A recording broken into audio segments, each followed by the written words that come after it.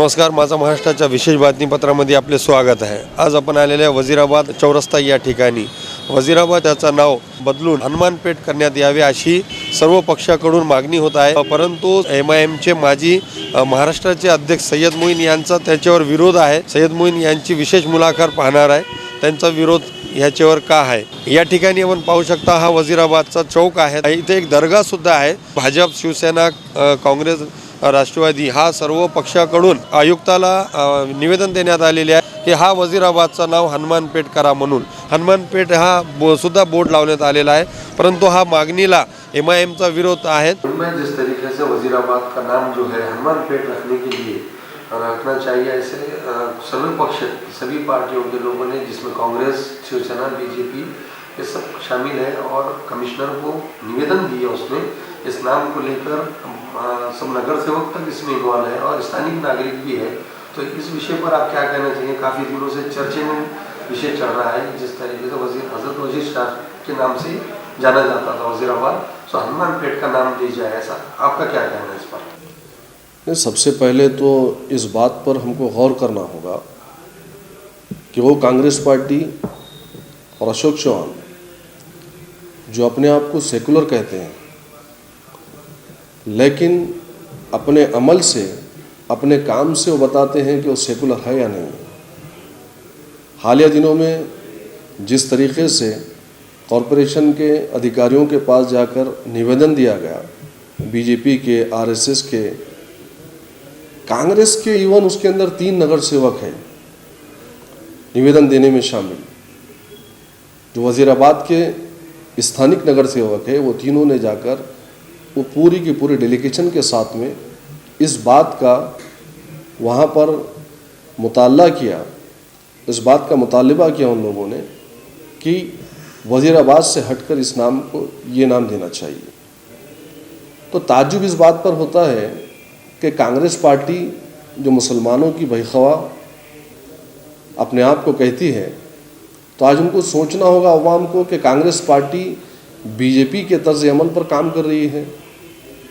हालांकि यहाँ पर कांग्रेस पार्टी की सत्ता है, अक्सरियत में कांग्रेस पार्टी है, उसके बावजूद भी अगर पुराने सूफी संतों के नाम से रखा हुआ एक इलाका है, अगर उस नामों के अंदर तब्दीली आती है, तो नांदेड़ की अवाम इस बात को सोचने पर मजबूर हो जाएगी कि अशोक चौहान और कांग्रेस पार्टी ये क्या BJP के तर्ज अमल पर काम कर रही है।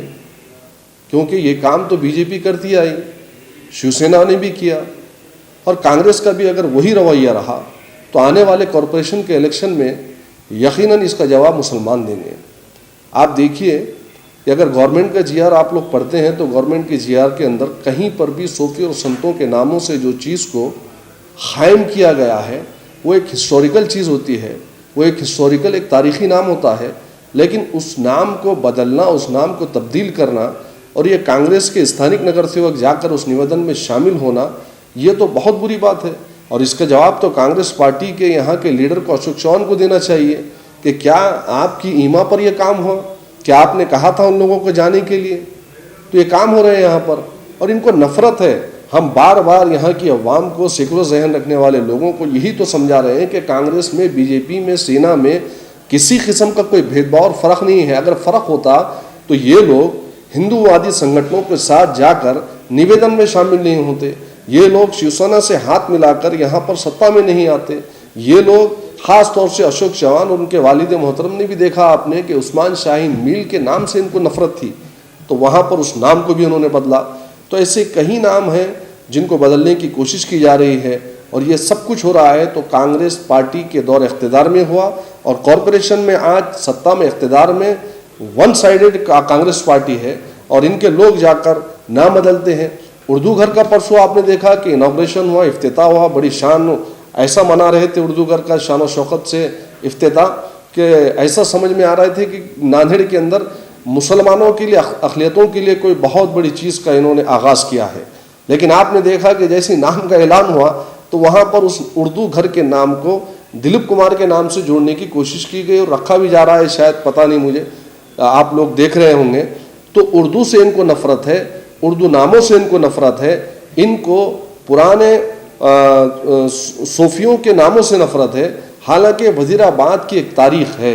वजीर शाह साहब रहमतुल्लाह अलैह जो आज भी वहाँ पर मदफून है, उनकी वहाँ पर ज़मीन है और उस ज़मीन को हथियाने के लिए स्थानिक नगर सेवक जो कांग्रेस के नगर सेवक है, उनका ये षड्यंत्र है जिसमें तमाम हिंदू संगठनों को साथ में लेकर बीजेपी को और दीगर जो पार्टी के लोगों को साथ में लेकर उस जगह पर ये लोग कब्जा करना चाहते हैं। उसी की ये पहल है और ये अगर पहल इनकी अगर नहीं रुकती है तो इंशाअल्लाह ताला उस जगह पर जाकर हम लोग एहतजाज करेंगे और यही मजलिस इत्तेहादुल मुस्लिमीन का ऐलान है। सदर साहब, ये जिस तरीके से नाम बदलने का वाक़या आता है, तो आप महानगर पालिका में भी आपके उम्मीदवार रह चुके थे 11 mm के, तो उस टाइम में भी उर्दू नाम एक बल्दिया के नाम था, वो मिटेगा, उसका भी मांगनी हुई, वो चर्चा में रहा, उसके बाद वो ख़त्म होगा। मगर जिस तरीके से महानगर पालिका में कुछ मुस्लिम के कांग्रेस और राष्ट्रवादी हो या किसी पार्टी के कॉरपोरेटर मौजूद है, उनकी मौजूदगी में ये विषय को मुस्लिम नगर सेवक क्यों नहीं उठाते? ये काम तो उनका बनता है महानगर पालिका में। नहीं, देखिए, मैं बार बार अपने तकारीर में भी कहा हूँ मैंने, और फिर आज कह रहा हूँ कि लोगों की ज़बानें अशोक चौहान के सामने बंद रहती हैं, नहीं खुलवाती हैं। अगर इनकी ज़बानें खुलती हैं तो वार्ड के अंदर जो कमीशंस के काम रहते हैं गुत्तेदारी के, वो मांगने के लिए जाते। अभी आप ही के टीवी के माध्यम से देखा, मैं आपके चैनलों के माध्यम से देख रहा हूँ कि पानी पड़ा तो इन इलाक़ों के अंदर क्या बुरा हाल है जहाँ पर मुसलमानों की आबादी है, जहाँ पर मुसलमान अक्सरियत में रहते हैं, चाहे असरा नगर हो, चाहे आपका ताज नगर हो, चाहे आपका ये पूरा इलाक़ा मिल्लत नगर, इधर का पूरा जहाँ पर मुसलमानों की आबादी है, उन इलाक़ों के अंदर अगर आप देख रहे हैं तो कीचड़ कितना हुआ पानी से, क्या सूरत हाल है। तो ये तमाम के ज़िम्मेदार कौन है? लोग अगर किसी को कॉरपोरेटर बनाते हैं, नगर सेवक वहाँ कर चुनते हैं तो काम करने के लिए, लेकिन ताजुब इस बात पर हो रहा है कि भाई आज इनको काम से कौन रोक रहा। आज 73 सीट इनकी है। ये तो वन साइडेड आप देख रहे हैं कि पिछले कई वर्षों से कॉरपोरेशन में कांग्रेस पार्टी है।